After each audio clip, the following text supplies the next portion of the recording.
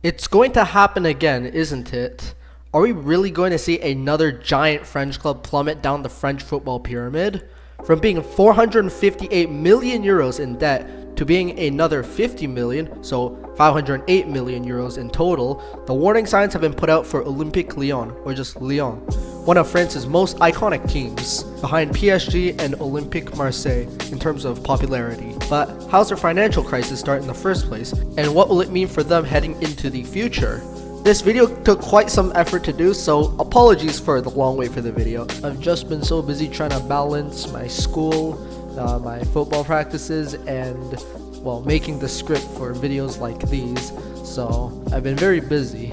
I hope you understand. I'll try my best to put out another 2 videos during my holiday break, so let's just hope this video does better than my last upload. Yeah, the algorithm wasn't so kind to me that day.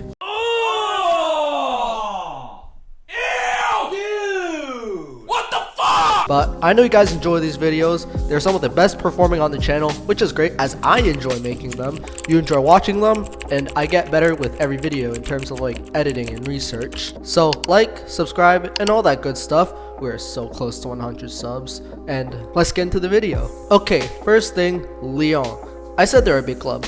How big are they really? I mean, 7 league titles, 7 French Super Cups, 5 French Cups, and a French League Cup winner. That's pretty big. They've bred stars such as Karim Benzema, Sidney Govou, and Juninho, who've all done some amazing things during their time in Ligue 1. So now that you know what we're dealing with here, how did the decline begin in the first place? Well, former owner Jean-Michel Aulas, I think I'm saying that right, was known for building the club to what it was today, with 40 years of ownership of the club. But he was also partly responsible for overstaying his welcome. It was clear that he wanted to focus more on the women's side of the club. The performances of the women's team exceeded those of the men's, as you can see here. Being record champions of 4 different competitions is crazy work, I can't lie. See, Aulas seems like a guy who really cares about his club, not like other businessmen who use it as an additional source of income and sweep it aside overall and only look at the club when there's an emergency regarding it. Maybe he just needed to pay a little more attention to the men's side, and they could very well be title contenders. Don't look at me like I'm crazy now, it's possible. Just ask Monaco and Lille. He eventually sold the club in 2022 to American businessman John Textor, who's the current owner of Lyon. And for Aulas right now, he's probably doing some with women's football. I think I saw that in an article. But now we move on from him and on to the next owner. It's safe to say that John Textor's start to Lyon's ownership has been nothing but bleak. Let's just say he doesn't know what the hell he's doing. He had quite a heated argument with Aulas before he sold the club. Not exactly a dream start, is it? But it gets worse for his PR. Textor said his meeting with the DNCG, so the Direction Nationale du Contrôle de Gestion, so the French governing body for football, went well, only for the governing body to say, no, you're really gonna believe a guy who got his numbers wrong a few months back in a similar situation? No wonder we didn't record anything this time and show you guys. That's gonna hurt you guys more than it hurts us, just listening to him. Okay, I don't know what they said exactly, but it doesn't hurt to imagine though. But you get my point. Lyon under Textor has lost around 100 million euros on transfers this season, so making their debt 508 million euros now, as I mentioned earlier. So at least one of them has to be an Mbappe regen. Otherwise, it's just a huge waste of money, like it isn't already, and doesn't justify any single purchase that they make. The 100 million was enough for the DNCG to force Lyon to be provisionally relegated if their finances don't improve on November 16th, 2024. Basically, this means that you're not in trouble yet, but you can still save yourself before the season ends. 36 years since the last time they weren't in Ligue 1. They've also been transfer banned for the upcoming January window, which makes sense. I mean, you gotta put the druggie inside rehab for it to recover, right? Man, how did I come up with this analogy? Like, I'm not saying Lyon are like druggies. Well, maybe John Textor is a druggie based on what he's shown, but like, how did I make this up in my head? This was not in the script. The reason the DNCG put out this warning was because of the risk that the league loses more money due to Lyon not bringing in as much revenue, where a certain cut goes to Ligue 1. Yeah, Lyon are not the only club to have had financial problems before. That's a story for another day. Anyways, then the league would be known to foster hella poor clubs, which makes Ligue 1 as a whole look bad, as well as French football, and that gives the perception that the clubs in France don't have any money, when bad PR of any sort is the last thing that Ligue 1 would want. So what can be done to help them stay afloat? Well, Textor does own a 45% stake in Premier League club Crystal Palace, and also has a stake in Brazil's Botafogo and Belgium's RWD Molenbeek. He does plan to sell his Palace stake and some other players from the other two clubs that I mentioned.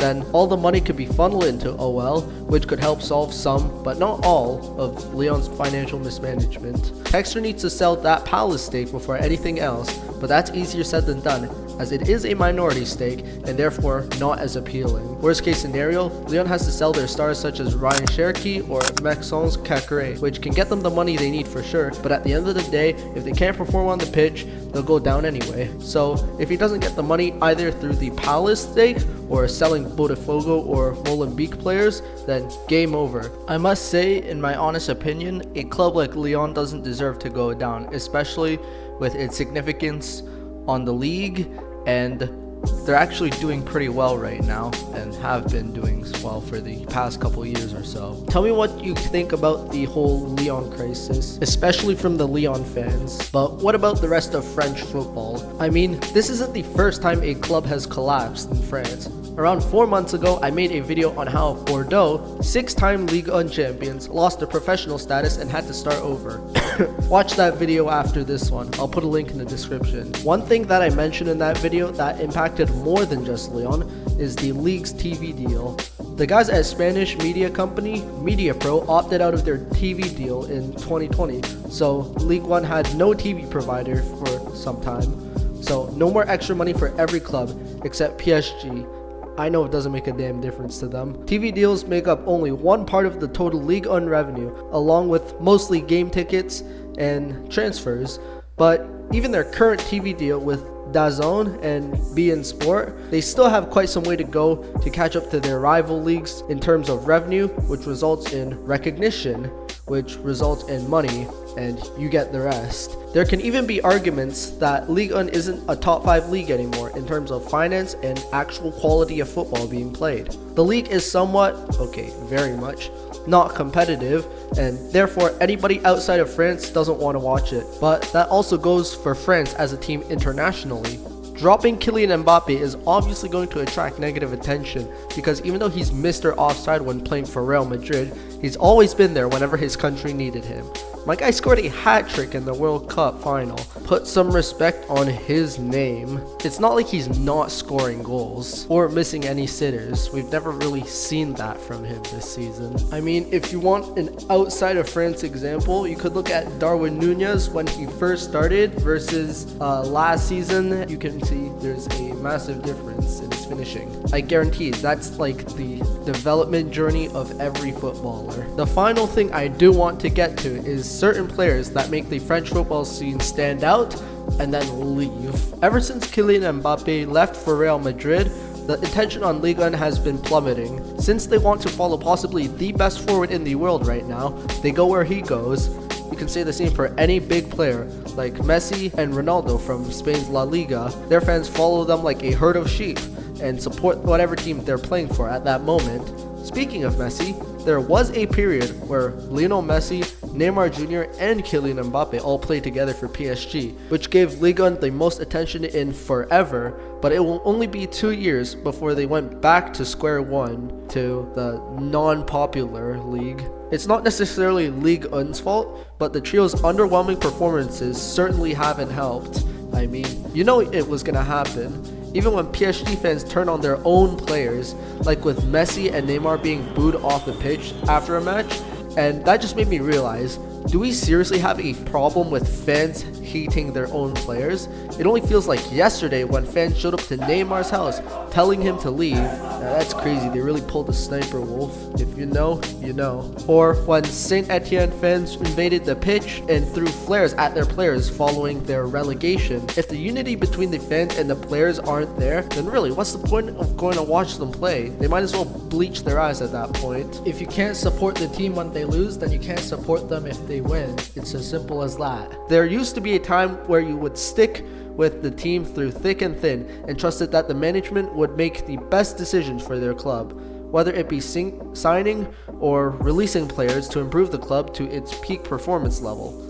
I mean, some decisions can be questionable, but what do I know, or what do you know about managing a football club? Probably a lot, depends on who you are. They definitely know something about said player that I don't.